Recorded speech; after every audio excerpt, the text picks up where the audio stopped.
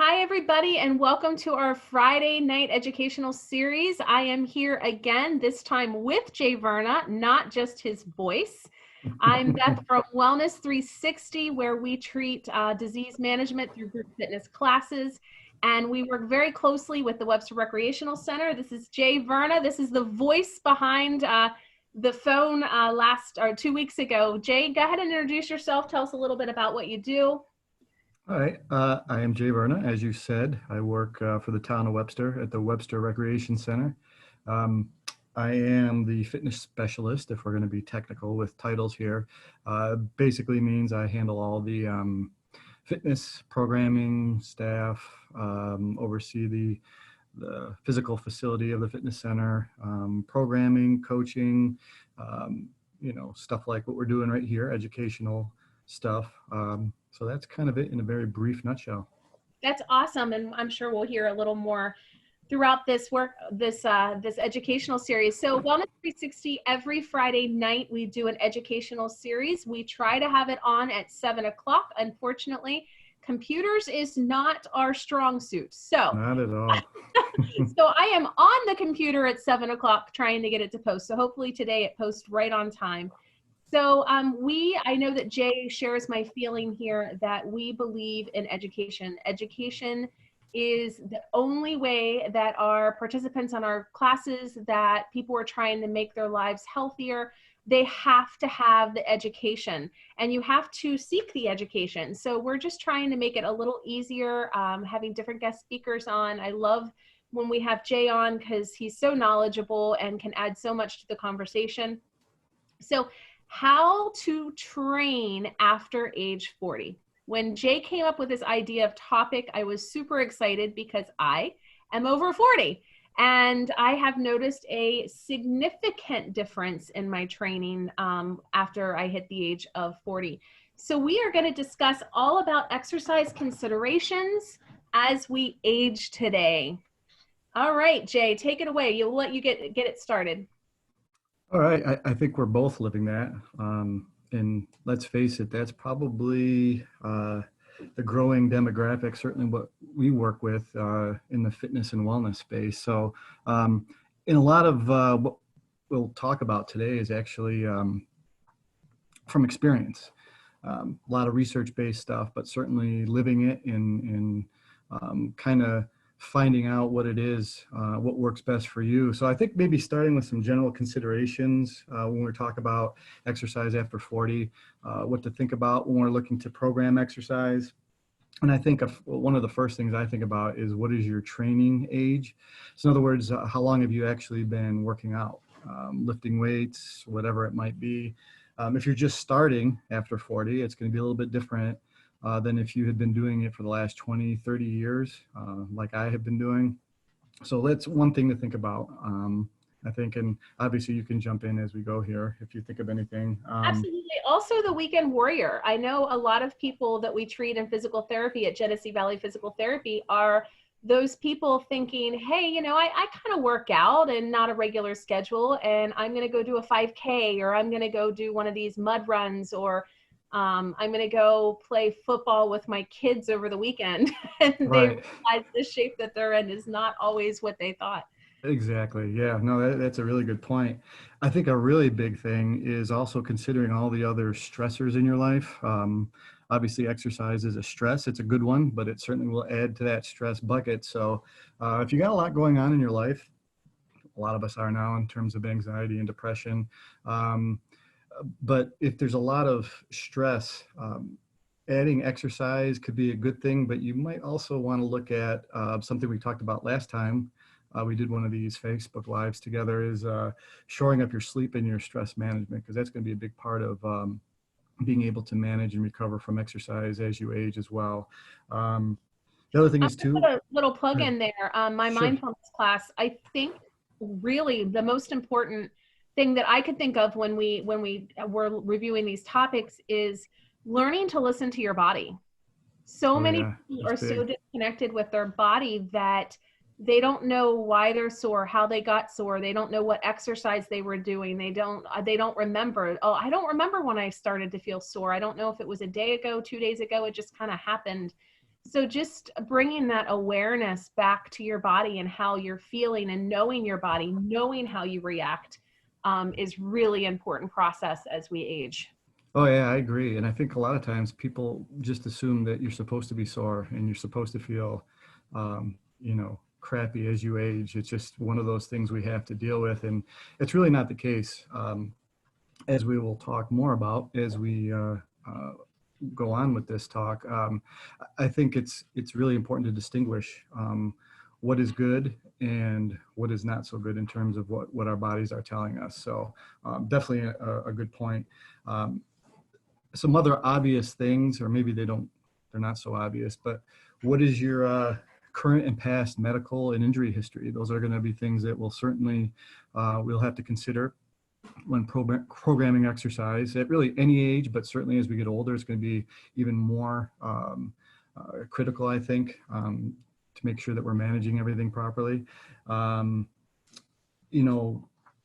One of the other things that I like to think about is, finding that sweet spot between recovery and training intensity.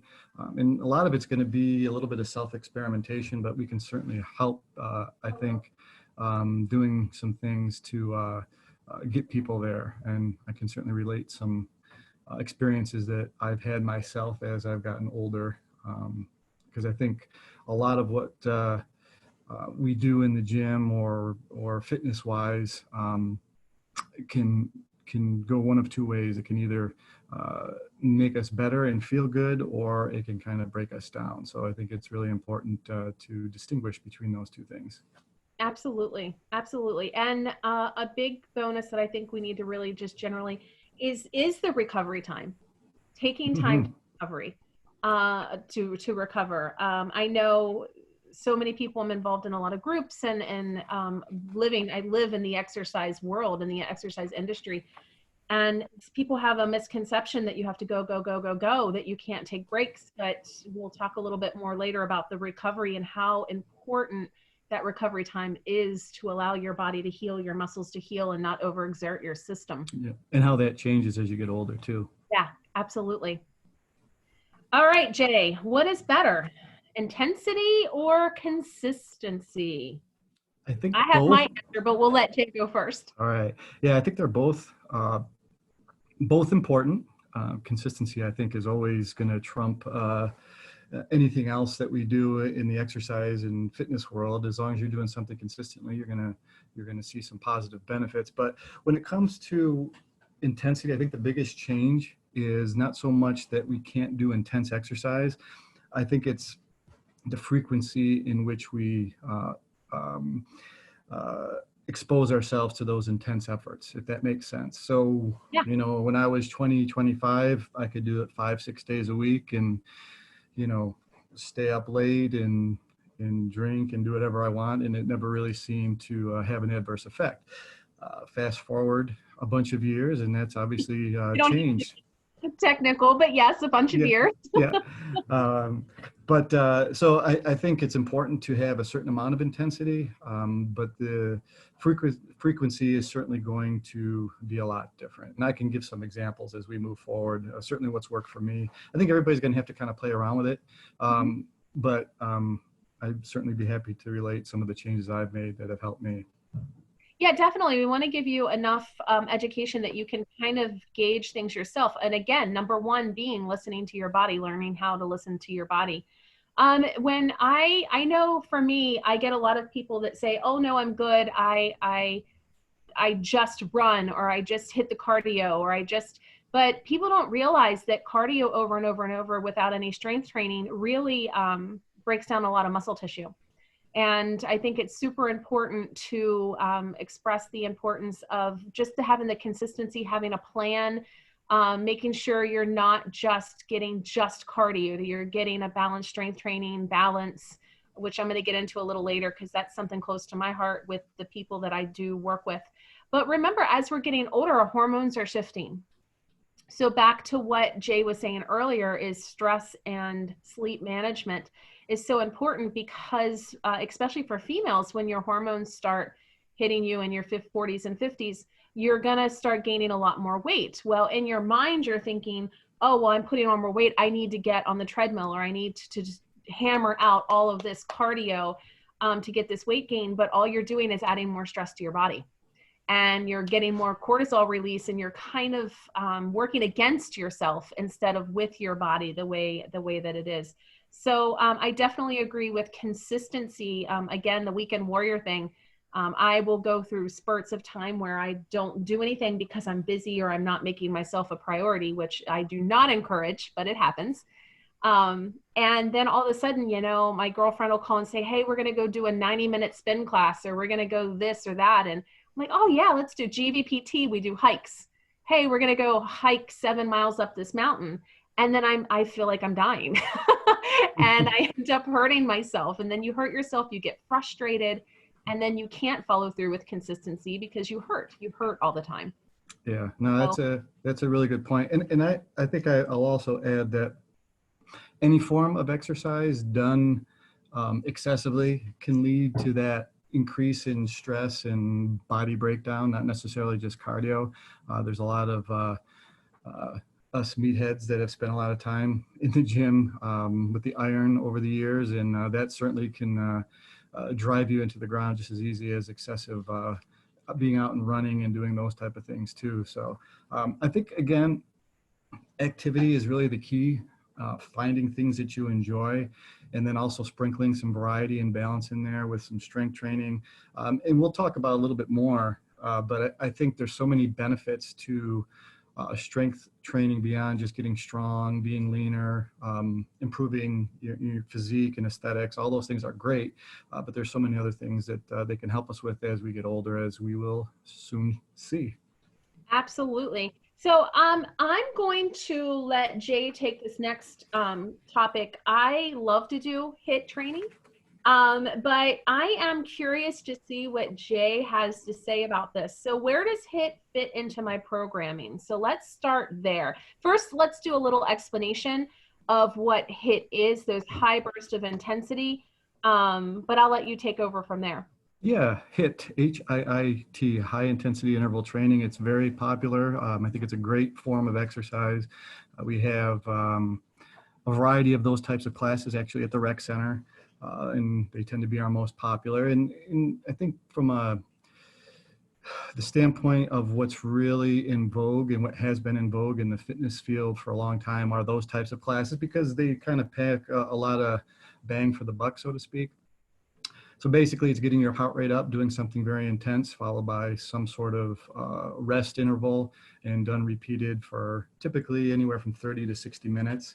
And I think it definitely has its place. And I think we need to continue to do that even as we age. I think what we have to look at even more closely is the type of exercise that we're doing.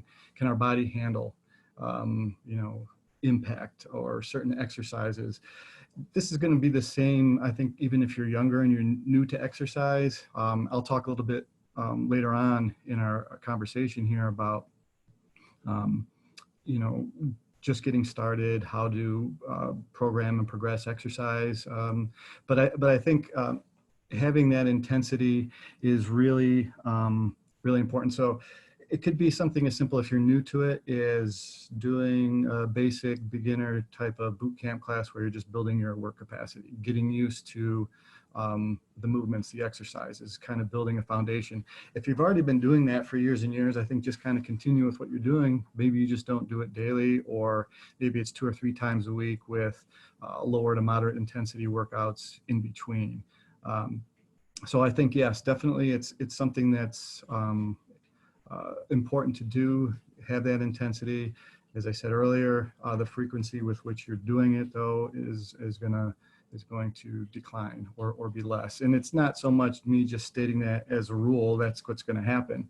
You're going to find that your body's not going to be able to handle that kind of high intensity as you get older. You got to be a little bit more strategic, I think, with your programming when it comes to that. Yeah, I absolutely agree with that on personal basis, and from what I've researched and what we do with our people. We in our classes, we do a lot of HIIT training. We do a lot of shorter burst of high intensity, and then slowing it down with some really nice and controlled And for us, for a lot of the people that we work with, because we do work in disease management, group fitness for disease management, we do a lot of that even to work on transitioning as you're older, just transitioning from that. When you have cognitive or you have physical ailments, sometimes even that transitioning into one exercise to another can be really tough.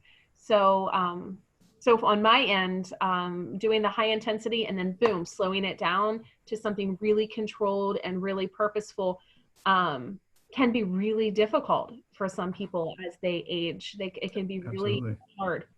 Yeah. So I do it for more reasons than even just the fitness reason. Right. No, So and yeah. go ahead.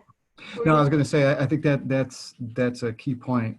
Is it's not necessarily all about just being fit. It's what can we do to be, to use an used word, more functional as we age, to maintain independence. Those are the things I think that become really big as we get older. Is what can I do to continue to do the things that I've been doing, that I need to do, that I want to do, and continue to do them for as many years as possible. Yeah, and that's the whole basis on everything that we do at Wellness 360, because for us, yes, fitness is a huge part of it, but you know, some of these people, they want to continue to hike, they want to continue to bike, they want to continue to be able to play with their grandkids, they want to continue to carry their own laundry up and down the stairs without hurting their back. There's so many things that happen as we age and our muscles start to weaken and we're not using the appropriate muscles, which I think is something that's really important to talk about, is you know, constantly training those bigger, larger muscles. We're missing out on some of those smaller, stabilizing muscles. They get weak. You think, oh, well, I'm super strong. All of a sudden you throw a baseball and your rotator cuff's tore. So, you know, those are things that we deal with all the time. So we'll definitely get into that a little later too. So I'm getting old. Can I still do power or explosive training? I have to be honest, besides the occasional jumping, I don't do this kind of training, nor do we do it with our people. So I want you Yeah. to take this one. Yeah. I think when we think of power type exercises or plyometrics, we automatically think high level athletes, explosive Olympic lifts, things like that. All those things can be appropriate, but as we age, I think it's important that they're scaled to people's abilities in their current condition, in their current fitness level.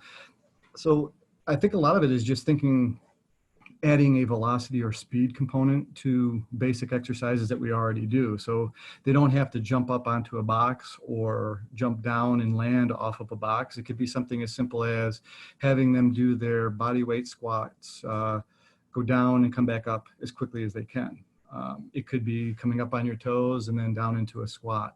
It could be doing a lot of what I like to do, and I'll do this with some of my Move Well classes that tend to have older demographic in them, is having them do like high knee marches or skips or side to side hops or quick steps. So it's anything that really adds a speed or velocity component to it is going to be very helpful to maintain that kind of reactive power output, which again can really be helpful as we get older to avoid falls. You know, you step wrong off a curb.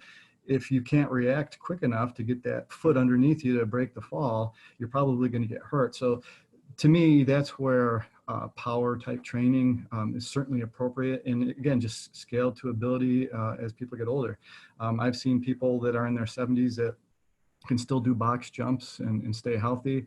Others, again, we just scale it to their ability. So I think just keeping it simple and adding a bit of a speed component is really what it comes down to.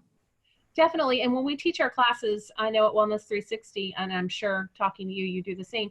We have a lot of different fitness levels in each class. So that's what it's really important. And I know that Jay does this, and I know that we require it at Wellness 360. I can't say that it's a requirement because I don't know for Webster Parks and Rec, but we do we do a health assessment. We do you know, screenings for your, you know, where you're at, where your fitness levels are. That way, when we design the classes, because at Wellness 360, you know, they're designed by healthcare professionals, we design it per the people taking it. So we have a lot of modifications. So someone might be doing a jump squat while someone might be doing a jump or a squat into toe, you know, up on your tippy toes. Right, right. And then some just do the squat. So we have all of these different modifications per that one exercise. So if you're doing a tape at home or you're doing something at home, I know I've made some videos, Jay's made a ton of videos, but there's modifications. There's modifications. If you have wrist pain, to do a push-up, do them on a wall, do them on a chair, hold dumbbells in your hand so that when you're doing it, your wrist is more supported. So there's tons of way that you can continue to be healthy, modifying that one exercise 100 different ways to fit you personally. So yeah, absolutely. It's fitting the exercise to you, not you to the exercise, I think is an important distinction there, because all too many times people want to do something a specific way, and while maybe that's not the best way for you, let's find the one that works best for you as the individual.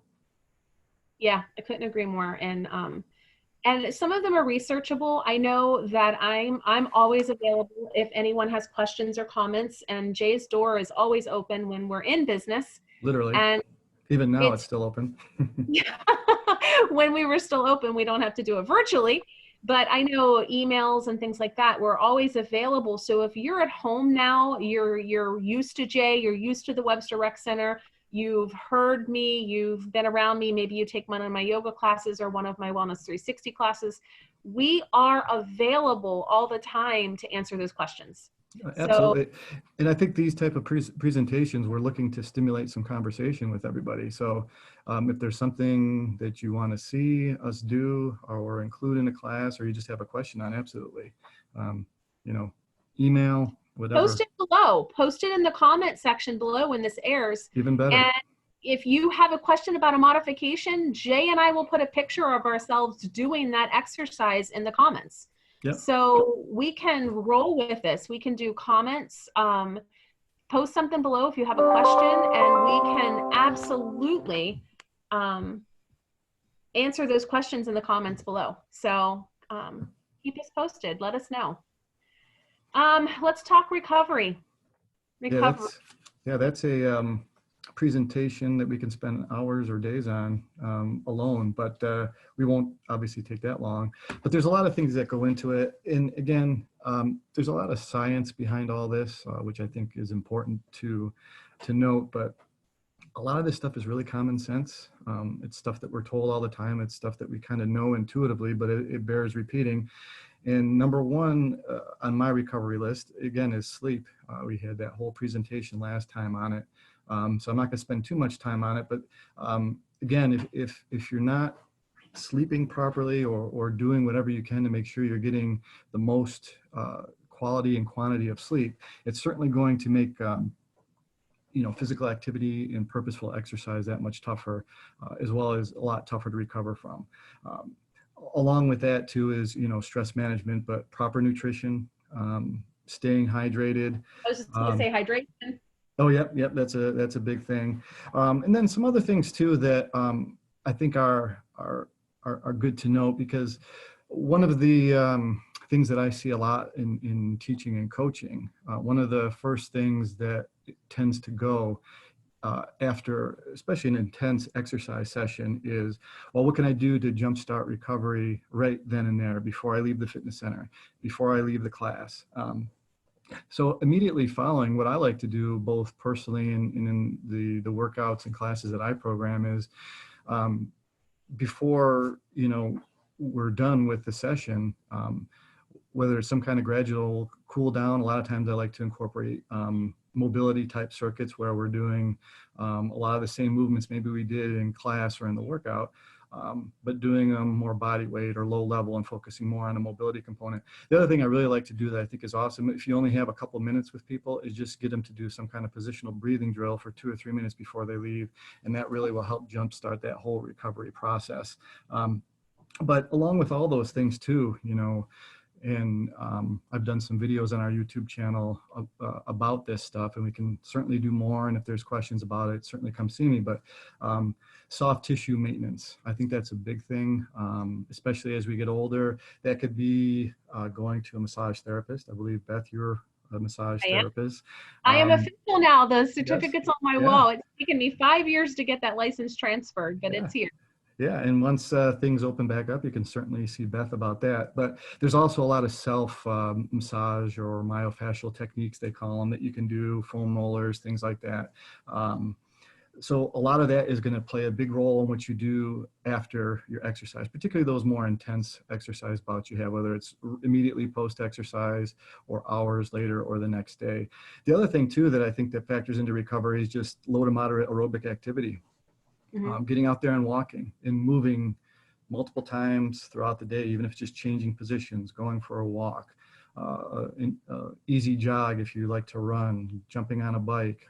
It could be so many different things. Again, one of my personal favorite ways to do it, because it kills several birds with one stone, is just putting together 15, 20-minute mobility circuits where I can get a low-level aerobic benefit out of it, but I'm also addressing maybe some movement deficiencies or areas of need, and just moving my body in ways that maybe I'm not doing throughout the normal course of my day. So all those things I think are really, really important. The other thing to think about, and again, this is a little bit more technical, but I'm sure there's some people out there that like to that have fitness trackers and sleep trackers, is the whole concept of HRV. I'm sure you've heard of that. And that's basically just a measure of the variability or the variation between heartbeats. I'm not going to get into the science behind it. It's actually quite interesting and fascinating, but essentially is the higher that variability basically shows that you are more fully recovered, and then you're ready to hit it hard again in the gym. So if you want something that is going to give you some more specific data to actually show you beyond just how you feel, that's certainly something to look into. Yeah, I actually am heart math certified, so I do heart rate variability. It's more along the lines for stress reduction. So it's like a biofeedback for stress reduction, but to get you to become aware of your body and where your body is in that moment, to make you more self-aware of being able to tell when you're in a state of stress or and when you're in a state of ease. But it's really awesome if you get a chance. It's very confusing, very scientific. Even me working in the healthcare profession, it took me a couple times to read it to really understand just the surface, but it's still really, really awesome. Yeah, no, I agree. And I think the technology is getting better. But again, for those that kind of like to nerd out to the science a little bit, or like to have some kind of data point that's telling them, okay, my body is ready, it is recovered. That's where I think something like heart rate variability would come in. Absolutely. So let's talk goal setting. Goal setting over 40. So again, this is a lot of opinions. So Jay and I may not agree completely, but that's because we're two different people, female, male, different styles. But for me, goal setting is consistency. Even in my recovery days, I still schedule myself to do something because I'm the type of person that needs the schedule.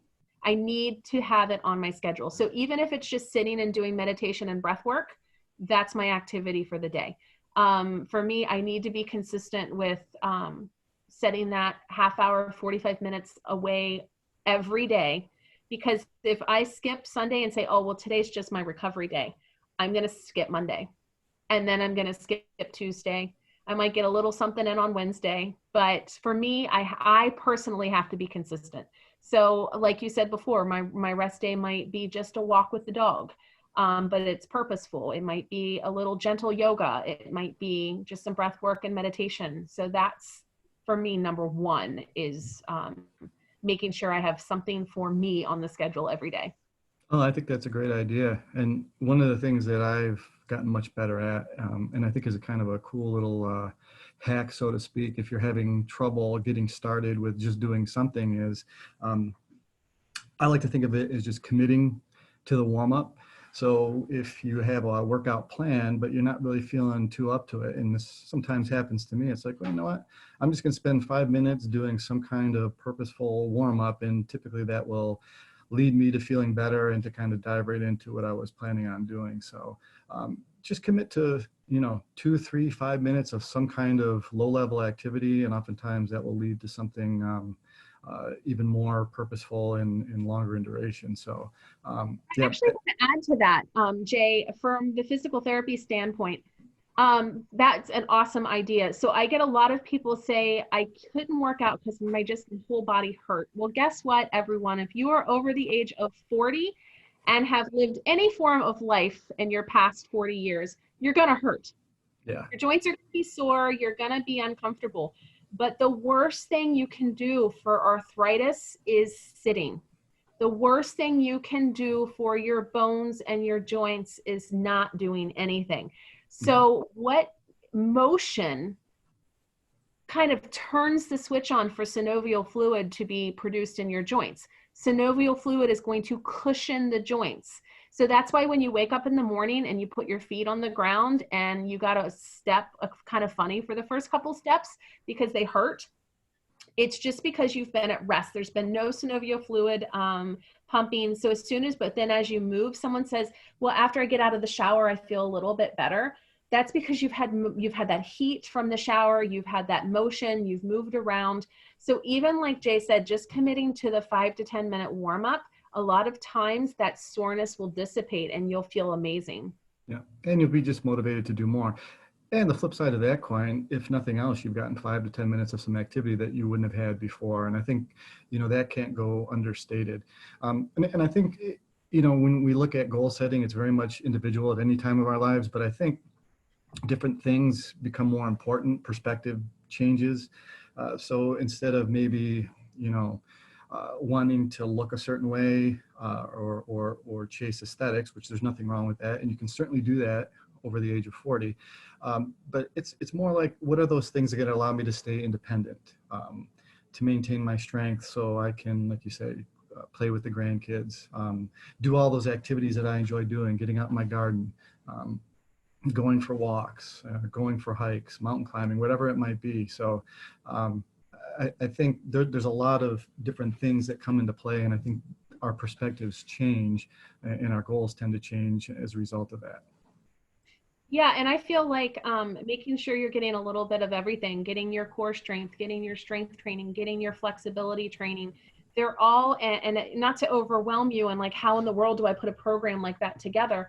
But just even if you're thinking just basic, making sure you're getting your warm up in, making sure you're getting your heart rate up, making sure you're using some form of weight at some point in your week, whether it's body weight, bands, dumbbells, machines, making sure that maybe you're doing, as your cool down, a little bit of stretching or your foam rolling or yoga, like just try to incorporate them all, because as we age, the muscles around our joints will weaken. And when the muscles weaken, sometimes we can get stiff because your body reacts to that weakness in the joints and it tightens up that joint area. Or reverse, you can have more chances of injury, of shoulder problems, knee problems.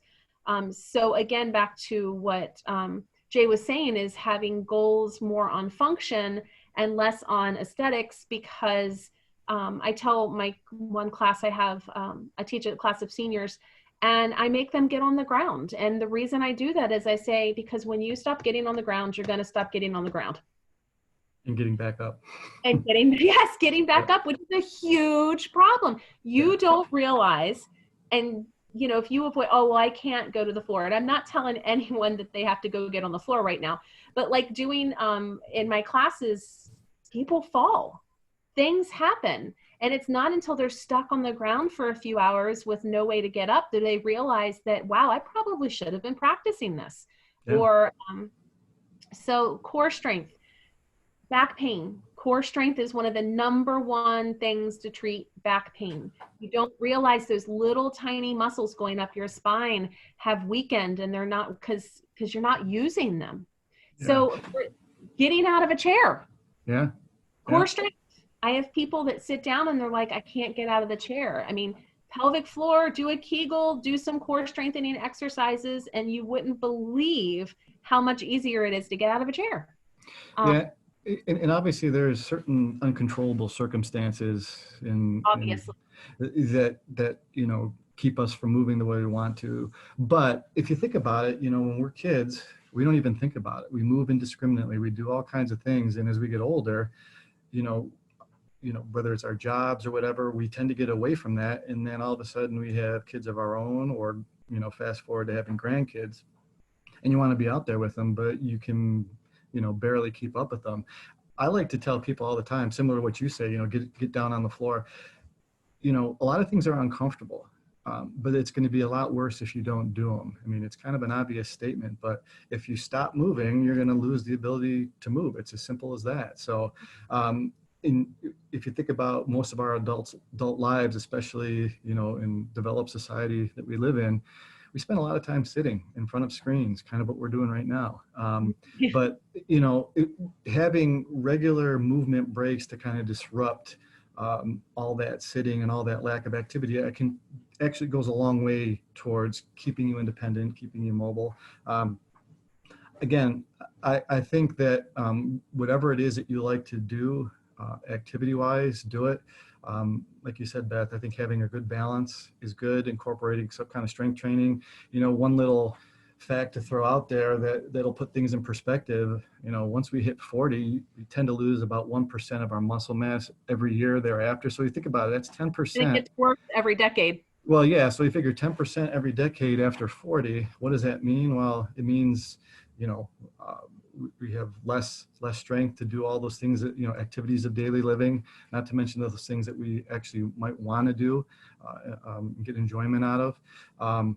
So how do we combat that? Well, a properly progressed strength training program. And again, it doesn't have to be anything intimidating. I think a lot of times people think when it comes to strength training that, especially when they see the free weight side of the gym, it's very intimidating. And that's why I do a strength and conditioning class at the rec center. And the whole idea is just to take that intimidation factor out of it. But again, body weight, bands, it could be low level things. We have a TheraBand class where you can get some really great strength training in. So there's a lot of different ways to do it. But the bottom line is doing something on a regular basis can go a long way towards keeping you independent and doing those things that you really want to do. Absolutely. Balance. People don't even think about training their balance, but we actually have a class at Wellness 360 devoted specifically to balance, because when your core strength grows, as we age, it takes your proprioceptors, your eyesight, and your hearing for your balance. And as we get older, or what happens to our eyesight? I have my first pair of glasses. Your eyesight starts to go. Your hearing starts to go. Things start to go. And when those go, so does your balance. Neuropathy from diabetes or other circumstances. So when those things go, but the good news is balance is just like training a muscle. The more you do it, the better you become, and your body will compensate for the lacking of the hearing, the proprioceptors, or the sight. So just having really strong core strength will help you maintain balance through your day. It'll compensate for the losses that are happening naturally to you. So balance training is really important. Yeah. This is one of the reasons I love yoga so much, because you have your body weight training, you have your fluid movements, you have your flexibility, you have your balance, you have your core, everything. I just love it. It's gentle. Breathing. But that's what I love. So that's what I do. Not everyone loves it. I know my girlfriend hates yoga. She despises it. But one little tip I want to give for my walkers, we have a lot of walkers out there, which I think is amazing. So I don't want to knock it. I think it's great. But I have treated people at Genesee Valley Physical Therapy because they walk the same path every day. And what happens, you don't think about it. You think about it more in West Virginia because it's really hilly in West Virginia where I come from. But some people, they end up with getting hip bursitis or foot problems because they're walking the same path. And if you have just a little kind of tilt or turn in that pavement, and that's what you're walking, that leg is always walking irregular because of the tilt in the pavement. So all I'm saying there is, if you're walking, change your surfaces. If you go down your driveway and go to the right, the next day go to the left, or walk a different loop, or take a hike, or drive to one of the parks and go for a walk. Because if you do walking every single day on the same path, your body is going to compensate to that. So that's kind of a silly plug, but I have treated more than one person from having discomfort after walking the same path every day. Yeah, I think movement variability should be a staple in everybody's, regular activity plan on a daily basis. In other words, just yeah, change up the terrain, the incline if you're walking, walk different paths, walk in the woods some days, walk on pavement the others. How I like to deal with balance is, because I think sometimes, and I'm sure you've noticed this too, Beth, in the fitness and wellness space, we tend to make things more complicated than they need to be, because things that kind of look cool and sexy kind of sell. But if you just get people to do basic fundamental movements, moving in multiple planes of movement on a regular basis, that's going to go a long way towards balance. So you don't have to do anything really super fancy. Just learn how to squat and in lunge and do it in different planes, move to your side, do things like shuffling or sidestepping, add rotational components. And there's a lot of different ways we can progress this, but I'm a big believer in keeping things simple and attainable. And actually, you know what? Vanilla is kind of the flavor, that we really need to My focus favorite on. flavor. Yeah. Yeah. I mean, and again, kind of, I mean this somewhat kiddingly when I say it, but I tend to be the person that does all the unsexy stuff, teaches those classes that really no one else wants to teach, because it's basically about fundamentals. There's nothing mind-blowing once you get it, just learning how to move. But then once you take that, you can, if that's what your goals are and you want to go on to a higher level class or activity, absolutely do it. But I'm fine with that, because to me, I think without a strong foundation, all those things that we're talking about, pain, injuries, falling, fractures, all that type of stuff is going to certainly be at more, you could be more at risk for those type of things happening. So don't be afraid to keep things easy. You build a house. Do you want to build your house on a firm foundation, or do you want to build your house on something half built and crumbly? You want to make sure that, and I've taken one of Jay's, he did a talk for us, and it's phenomenal. Even in the physical therapy background, watching his take on movement and the importance of the foundation was really eye-opening, even for myself. And I've taken some of those things that he talked about in my own practice, because it's so true. You do a squat, people are like always doing the same squat, and they're doing it fast. Like, slow it down, take a step to the side. Our glute muscles have 3 and 4 different fibers, and they're all running in different directions. So if you're always working in that same plane, you're going to have real instability and imbalances in your hips. When you have imbalances in your hips, all of a sudden we start getting bursitis, we start getting low back pain, we start getting all of these weird pulls of our pelvis, having a SI dysfunction, all of these things, because we're only training in one plane, we're training in one field. So when you're out for your walk, take a couple steps and walk sideways for a while. You're going to look silly, but just like Jay said, that's what we do. We do the unsexy stuff. Yeah, exactly. Yeah, I think all that stuff is really important.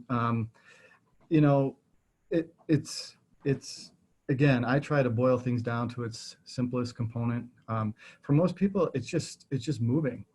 It's doing something different, changing up the patterns. And for those people that want to have a little bit more variability, to me, you have to. There's a reason for discomfort. If you're experiencing pain or dysfunction, I kind of, as I've gotten older, because believe me, I've made a lot of these mistakes where it's like, man, do I really have to spend all this time warming up? I just want to pick this piece of iron up off the ground. I just want to get to the meat and potatoes of it. And I used to be able to do that. But one of the things that has become firmly ingrained in me is that if you have to get comfortable with doing all those things that you don't want to do in order to do the things that you want to do. So doing the warm up, doing your mobility drills, doing your self-massage techniques. And this is stuff that's got to happen on a regular basis. The more active you want to be, the loftier your goals are, the more you're going to have to do those things. And there's no way around it. You can talk to any fitness professional. You can pick your favorite shirtless Instagram fitness model. Anybody that's been in this field or that's been active for any length of time, they've dealt with pain and dysfunction, and most of them probably still are. I mean, I know if I don't do things the right way, I wake up, I feel like I'm 90 years old sometimes. So, You're going to injure go yourself. ahead. What's that? No, you're going to injure yourself. There is no other way. It just is. And then you're not going to do it at all. And eventually you stop banging your head against the wall and you realize, okay, this is what I need to do. And then you develop new habits and you realize that, hey, yeah, I could still do a lot of things at a high level. I just have to change how I do them. Absolutely. All right. We're going to brush through this last topic. We're running out of time here. It's so much fun to talk about this stuff. Aging and strength training. Let's talk benefits. I'm going to start quickly with this one because I teach a class for osteoporosis. Strength training is so vastly important for bone health. Strength training is so important for, our peak bone density is between the age of 30 and 40 years old. After that, we start losing bone. So what you had or have at 30 to 40, if you happen to be younger and listening to this, you have to maintain your strength. Jay talked earlier about our muscles losing muscle mass. I'm telling you, you're also losing bone. So strength, you have to put that resistive force on those bones. Walking, hiking, strength training, resistance bands, body weight, any of that will do. But it's really, really, really important for your bone health, because if not, fractures, osteoporosis is a silent disease. You most likely have a fracture before you even know you have it. So just to keep yourself safe, the percent of women having osteoporosis is pretty high, and men are not out of the loop there. Men get osteoporosis. It's a myth for people to think that that's not the case. So really, really, really important for as we age to start thinking about, again, like Jay said, bone health, it's not sexy, but it's so important for your functionality. And unfortunately, as we age, a hip fracture can be deadly. So we're not just talking, an inconvenience. We're talking about life or death here. All right. Absolutely. Yeah, that was on my list too. But yeah, I mean, there's so many benefits. You talk about, bone loss and improving or at least delaying the amount of bone we lose through resistance or weight bearing or strength training. The other thing too is slow muscle loss. We already talked about it, 1% a year muscle mass. So if you do any type of strength training consistently, and I can't recommend it, any more than I have, that's a big part of it. And having the right amount of muscle. One of the things to think about too is, for men specifically, testosterone levels they do start dropping, as we age. So if you tended to be a gym rat and you like to, lift weights and you're used to being able to do all that stuff, you can still certainly do it. But I think how we construct our workouts is going to be different. I know we don't have a whole heck of a lot of time here, and this would probably be a great presentation for another time in terms of what would different workouts look like depending on someone's goal. We can certainly do that at some point. But I think about, improving blood sugar control, improving your sleep, cognitive ability, all those things are profoundly affected by strength training. So however you do it, I think you should be doing it. Yeah, and strength training, again, it doesn't have to be with the meatheads in the back of, I'm a fitness trainer, I'm a certified personal trainer, I work in physical therapy, I teach these classes, and when I walk into a gym, I feel uncomfortable going back there and grabbing the dumbbells. That's just the person that I am. But you're going to find me with the smaller dumbbells, you're going to find me in the private room, you're going to find me doing planking, you're going to body weight, lunges, squats. All of this stuff is great. The more muscle mass you have, the more calories you're burning at rest.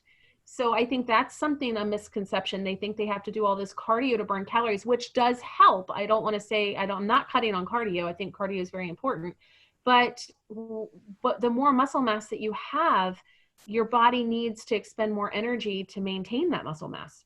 Yeah. So, and I just wanted to, that's an excellent point. There is a big intimidation factor. And again, I see it a lot, particularly with women or people that just don't have a whole lot of experience with the gym. I'm going to kind of flip that around though, because I think for those that are interested, and one of the things that I try to do is take that intimidation factor out and teach people, particularly women, that you're not going to get big and bulky if you lift heavier weights. If you want to learn how to do that, there's safe ways of doing it. There's nothing wrong with not doing it, but I think sometimes people feel, oh no, I can't do that. I'm going to get hurt, or I'm going to get too big and bulky, or no, I'm not supposed to be doing that. So I think there's a lot of myths on that side of the coin as well. The other thing too is for those that, you know, that do like to lift weights, and I've seen a lot of people, I've spent years and years and years in gyms, so I've become a pretty good people watcher. But you know, I see a lot of people, particularly men, that just all they want to do is hit the weights, and you never see them do any type of aerobic activity. And they don't understand that if it's properly put together and properly designed, aerobic activity is going to allow you to lift those weights better. You're going to recover quicker between exercises. You're going to recover quicker between workouts. An improved aerobic base or work capacity is going to help you lift more weights eventually. So I think on both sides of the spectrum there, it's important to note that there is a lot of myths and a lot of myths. And educate yourself. It's not as simple as just, oh, you know, those 110-pound dumbbells over there, there's no way in heck I could ever lift them, nor should I. Or the flip side of the coin is, well, you know, even if you are a woman or you're somebody that's new to it, you don't also have to stick with, you know, the 3, 4, 10-pound dumbbells either. I think, you know, there's a lot of variability there. And I think we all owe it to ourselves to, you know, be educated and figure out what works best for us. And that's what we're here for. You know, you certainly come and see me anytime, take one of our classes, stop in my office. We can have a conversation based on what your goals are. But, you know, dispelling those myths, I think, is a big part of what we do. Yeah, I couldn't agree with you more. And like I said, the knowledge is there. I know what to do. I know. I just prefer, I'm more of a home workout person. I don't go to gyms and things like that. So no matter, I think that's great. Find your passions, but definitely don't be afraid to try new things. Mm-hmm. And most of the women that I talk to, they're so gung-ho on cardio. That's why I don't want to make it sound like I'm anti-cardio. I'm not. I think cardio has, and it's super important for your lung health, for your heart health. Well, I think if we're going to stereotype, which I don't like to stereotype, but if you think about it, you know, if you take a typical gym setting, a lot of women are going to gravitate towards the cardio machines, and a lot of the guys are going to be in the free weights or the weight section. It's just typically what we see. So I think what you're saying there is a valid point. And I think, again, on both sides, we need to be conscious of that and understand that we need to have a balance of all that stuff. Absolutely. And there's so many ways to gain it. There's so many ways to gain it. Like Jay said, they have a TheraBand class, which GVPT, I know they teach a TheraBand class there. I was the teacher for many years there. And it's free. I mean, come on. I don't know if that'll ever change, but you can't bat your eyes at free. The Webster Rec Center is always putting things out at a great cost. And like I said, I know Jay personally. I've said hello to a lot of the other people that work there. They're so knowledgeable. And again, Wellness 360, we do group fitness classes for MS, for osteoporosis. There's a lot of myths on osteoporosis and exercise. And my favorite one to debunk is crunches are not good for you with osteoporosis. After the age of 40 or 50, they're like, well, I have great core strength. I do crunches. And crunches, I just don't do them. That's my own personal opinion. We will never do a crunch in my osteoporosis class. But we do core strengthening constantly. There's so many different ways to to strengthen your core. Functionally, standing, motion, on the floor, planking, you name it. There's hundreds and hundreds of ways. Oh, absolutely. So, I agree.